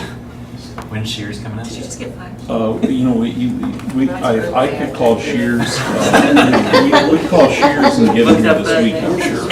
But I'm sure his group is submitting applications, it's just, they would need to get an application in. Okay. would we have to know what we wanted to use it for? Yeah. Oh, okay. We have to come up with something between now But- and then. Is it shovel ready, would have to be shovel No, ready or just? no, just an application for a project. So, what do you think of that? You know, Right, so we can come and have discussion about ideas we have and then make a decision. I talked to Robert Shears about this when he first had mentioned it before. And one of the areas that we get a lot of complaints on at City Hall is the sidewalk in front of Will Desai Care.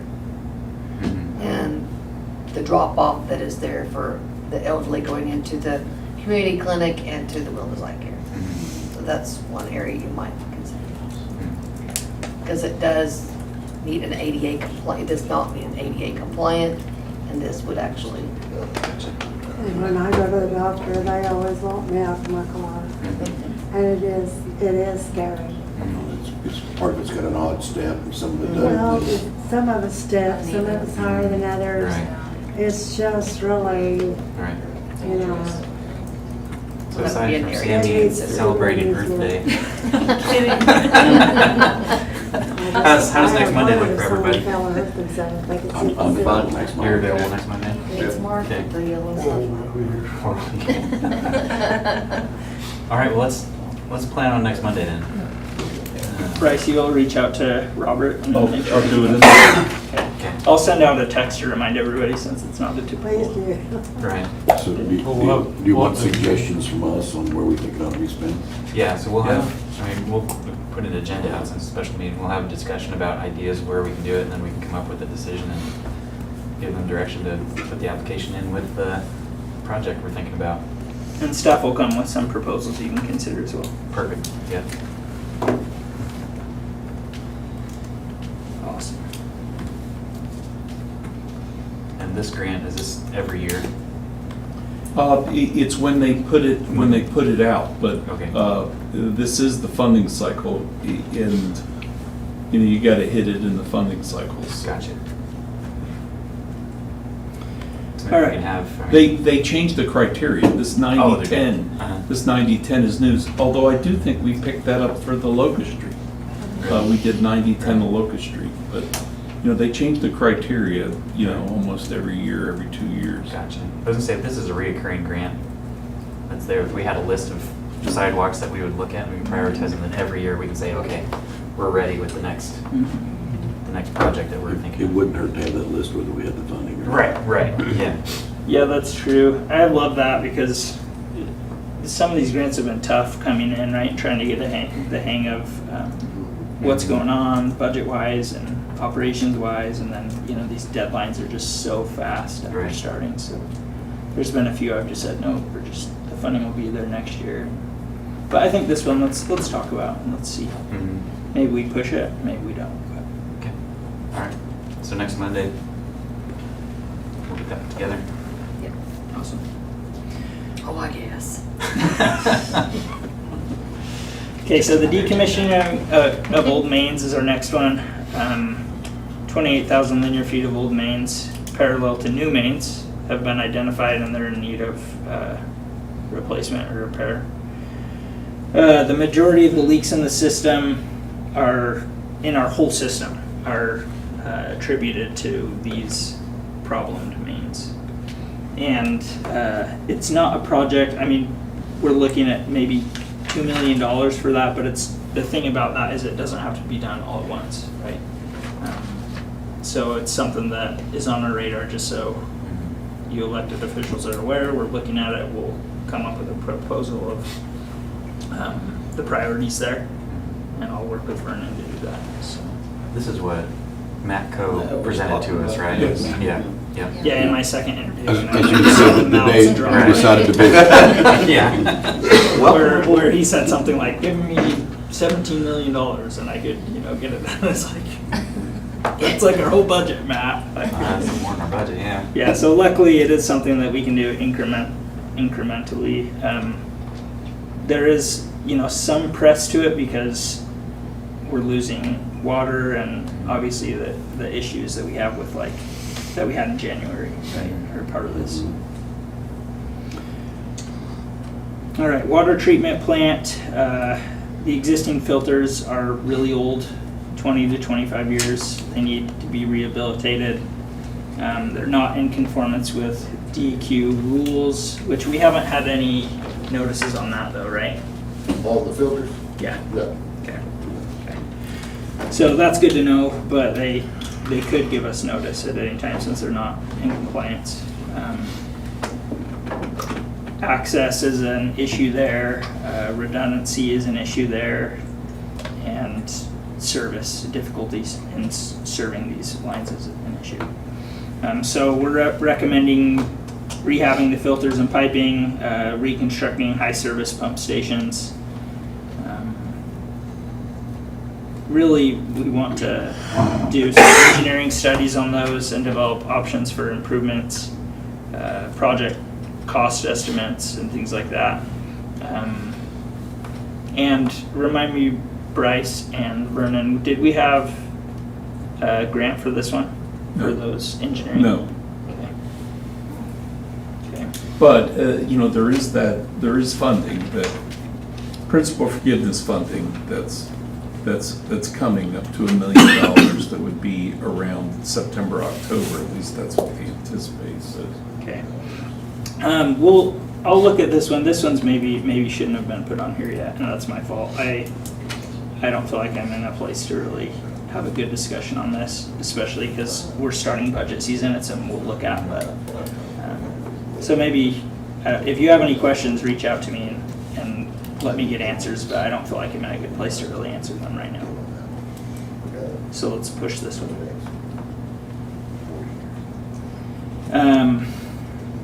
The last thing, other water improvements that we've discussed are economic development projects that we'll talk about in executive session, except I think we're gonna push those too.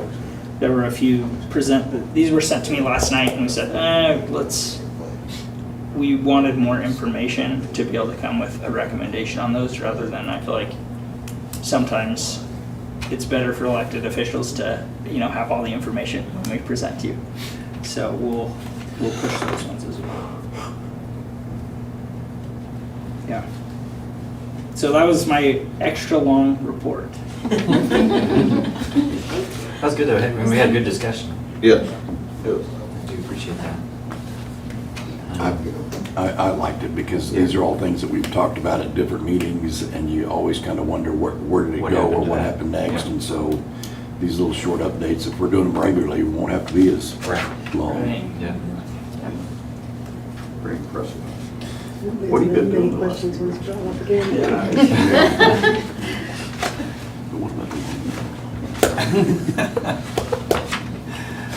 All right, so is that all you got, Nate? Yeah, that's my update. Good deal. Is that all? Come on, there's gotta be more, right? There probably is more. There is. Well, just the one thing that I think all this is great, but the one thing that hasn't came up is the streets. And that's something that I think everybody would like to see some sort of progress in that, whether it's, at least discussing what the possibilities are for that. So I can give a little update there. We're working with Blackwell on that, and I reached out to Jerry, their city manager, and said, hey, me and Critter and Shane want to come up, shadow you guys for a day, work with you to be able to ask questions and really figure out, what they're doing and what equipment we would need to imitate that process. We have that scheduled for sometime in May. He said we just finished a cycle. We'll begin our new cycle of doing streets in May. And so when that gets a little bit closer, he'll reach out to me and we'll go up there and spend a day with him. So that's kind of where we're at there. It is on our radar. We need to learn a few things before we can really implement a plan to fix the problem. Yep. Thank you. Absolutely. Great. Any other questions for Nate? Okay. Let's move along to item number 9. Consider approval of the purchase of certain switchgear and other equipment and supplies from S&C Electric Company in the total amount of $188,923.32 for use in the electric distribution system for the Ditch Witch Electric Corridor project receipt of certification by the city manager that such purchase is sole source and/or in the public interest pursuant of section 7-114. Purchase is contingent upon agreement for reimbursement. Appropriation for the purchase is from the electric capital account. All right. Nate, you have the lead on that? Yeah, I do. So I brought Wheatley to kind of talk through that. You want to come up to the? Well, you don't want to, but Wheatley, please. I don't mind coming up to the podium. What we're looking at here, and as you said, is pursuant to Ditch Witch reimbursements for this. We haven't had any problems with anything that we've been doing out there throughout this whole expansion. This is actually a set of custom switchgear that sets out front, like if anybody's familiar with what's setting out in front of Ditch Witch now, this is a smaller replica of that will set at the new utility corridor.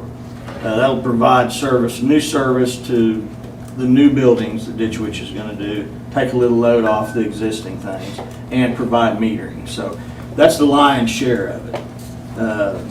Other than that, it's two sets of switchgear that's going to feed what is proposed to be the new training center. We're splitting some things up at the sub side and the existing training center to take it off of what's on now. So it's just switches and switchgear. It's just expensive and it's just a lot of money, you know. Now the reason we want to present this to you guys is because it does have a 70+ week lead time to this, which is, it still falls in line with probably where the project's going to be. But I wanted you guys to be aware of what's going on, and we're still kind of waiting on Ditch Witch / Toro to go, okay, we're good with this. They've looked over the quotes and, you know, they're aware of it, but I wanted to get out front of it before they go, yeah, let's do it. I want to have the okay when they okay it, let's just get it coming and get it rolling, so. Yeah, so all this is going to be reimbursed, but we are waiting for that final approval. Right. And we don't want to have to just wait an extra 2 weeks or whatever once we get that approval on our side. There is still some things, there is a little bit of lag time involved, that's why we went ahead and got it on as quick as we did, because they won't really give me drawings to literally just say, okay, we're good, until we issue a PO that, hey, go ahead and do these drawings on this. So you know, like you say, we could wait 2 or 3 weeks, but then now, you know, we might be waiting an extra month.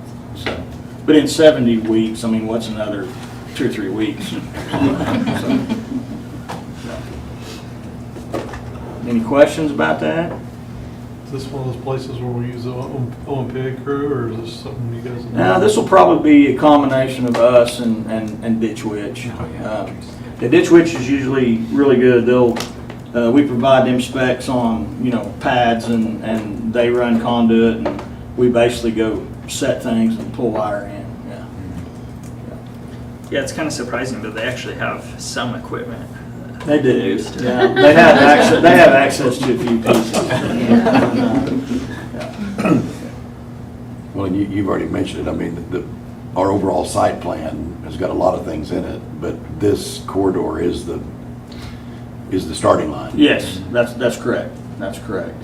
And you know, not only is this adding things to it, but it's really the infrastructure that's at Ditch Witch now. It's literally taking a load off of what's there now, and we're able to swap it. So, which will in turn kind of open up things out west just a little bit for growth, because we all know, we've talked about, you know, we're on a threshold to being able to supply more power. Well, this will help that too. So.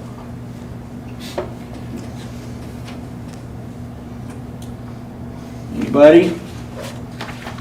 So in the purchasing policies or statutes, is there anything that would cause us to have to come back and re-vote on this if the cost goes up? Yes, because we would be approving this price. Right. So if the price were to change. If the price would change at the dock, let's say, which is in the quotes, I don't think I gave you all the quotes. There's this many riders on the end of quotes that you get now that says, hey, its percentage changes, even at the dock. So if we get this and it is more, we'll come back to you guys. We'll say, hey, it's $20,000 more. Ditch Witch, are you good with that? And so far, the relationship's been great. Well, I understand that, but I'm just saying if it prohibits us from getting the order placed at the right time. It would only change the time of delivery and invoice. Okay. Yeah.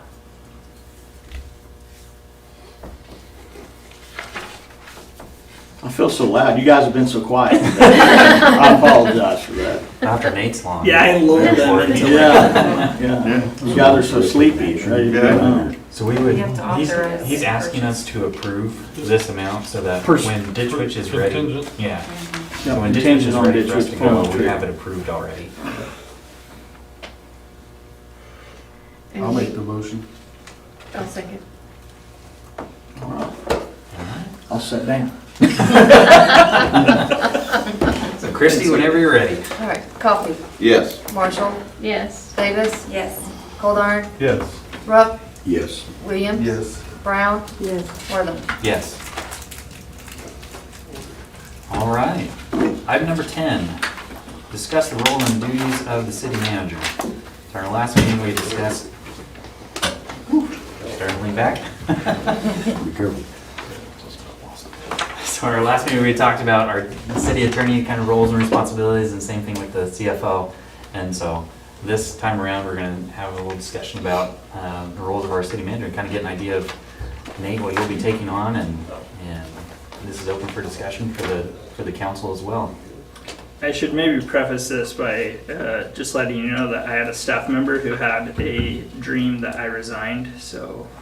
No. He was overwhelmed and decided enough was You enough. also said that your wife had a dream that your guys' dog ran against me for mayor. Yes. And beat me.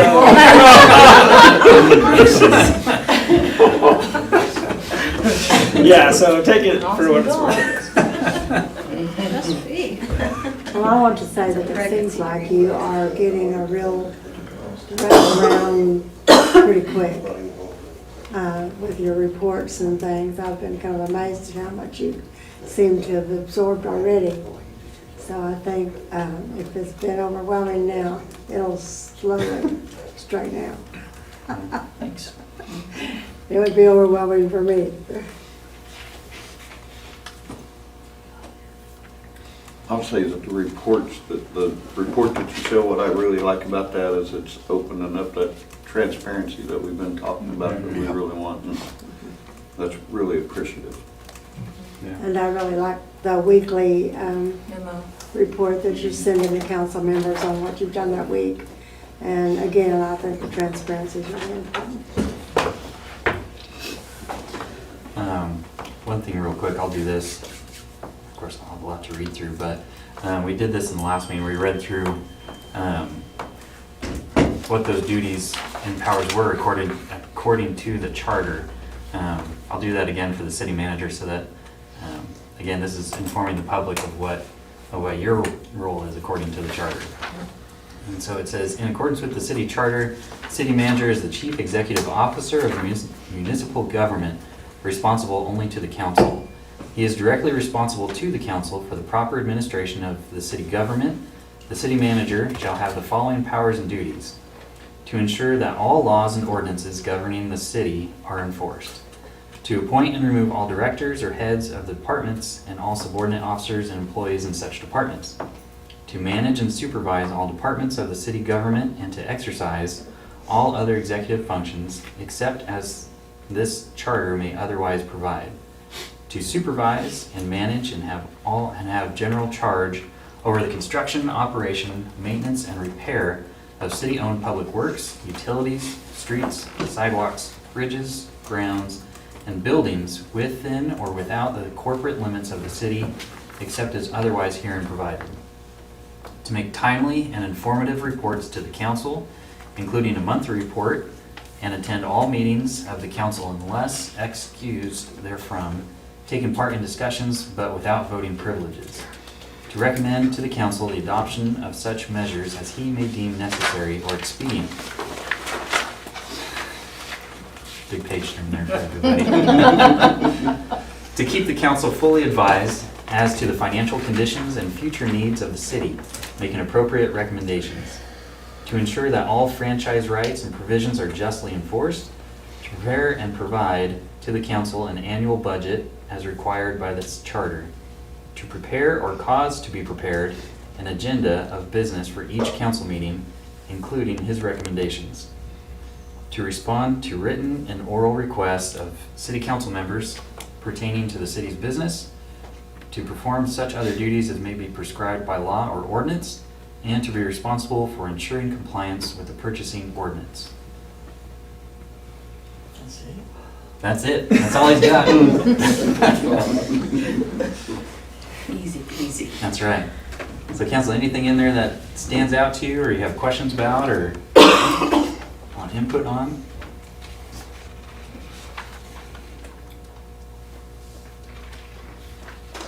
Nate, any thoughts on those? Questions that you have for us as a council, for you? No questions. I think I just would just say that I'm excited. It's been really fun so far. I've never been so busy in my life, and I've also loved every minute of it. It's been fun. So When you start looking for things, just holler at one of us. We'll find some more.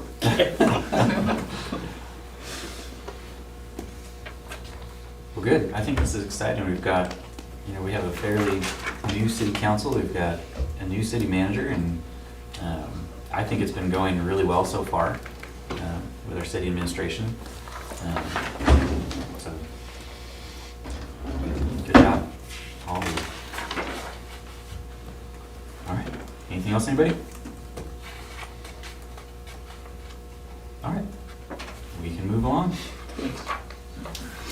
Item 11, approve the following invoice from Myers Engineering Consulting Engineers Incorporated, engineering services for roof replacement over treatment trains, purlins and panels in the amount of $8,500. Motion to approve payment to Myers Engineering for $8,500. Second. Okay. When you're ready, Christie. We'd have a tie, that would be great.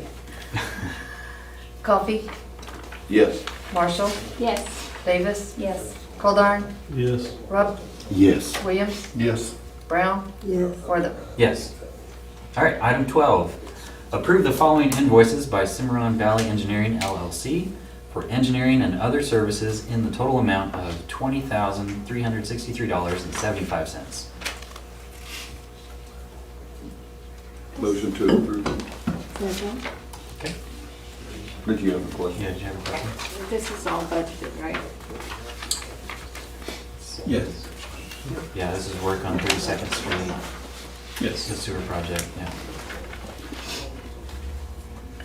So this is work done by Matt, though. But we had a motion and a second, so, yep. Yes. Coffee, gotcha. Marshall, Yes. Davis, Yes. Coldarn, Yes. Rupp, Yes. Williams, Yes. Brown, Yes. Wortham. Yes. Item 13, consider approval of change order number 1 with Lone Hickory Cattle LLC, extending the contract time to June 1st, 2024. Motion to approve change order number 1 with Lone Hickory Cattle LLC.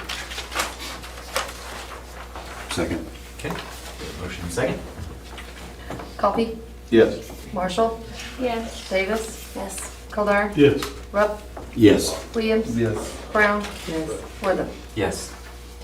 All right, item 14, any new business? Seeing none. Item 15, consider convening into executive session for the purpose of conferring on matters pertaining to the economic development of the city of Perry, including 1, the transfer of property, financing, or creation of a proposal to entice a business to locate within their jurisdiction. If public disclosure of the matter discussed would interfere with the development of proposal. Tourism-related arena to be located near the Interstate 35 corridor, and which would promote economic and tourism development of the city. And 2, the transfer of creation of a proposal to entice a business to develop certain real property in the city if public disclosure of the matter would discuss would interfere with the development of proposal real estate development in the cottage addition, and which would promote economic development of the city. Before you Mhm. do this one, Bryce and I called Richard before the meeting.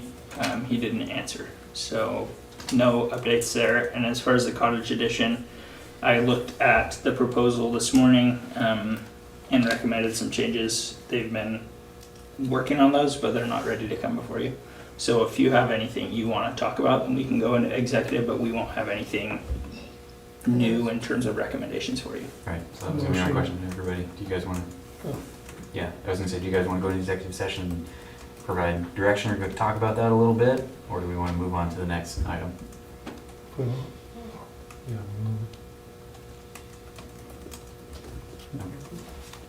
All right. Well, there's no new information. There's so- no new information, correct? Yeah. Correct, yeah. We'll have better information and recommendations for you at the next council meeting. Next item. All right. Well, let's do that. So we will skip item 16, and go to item 17. Nope, we'll not go into that. Item 18. Motion to adjourn. Motion to adjourn. Second. And a second. Coffee, Yes. Marshall, Yes. Davis. Yes. Goldar. Yes. Rupp, Yes. Williams. Yes. Brown. Yes. Wortham. Yes. All right. You're just gonna adjourn. I'd say you're Had to welcome. make sure there's nothing else. That took so long to bring up that. Almost the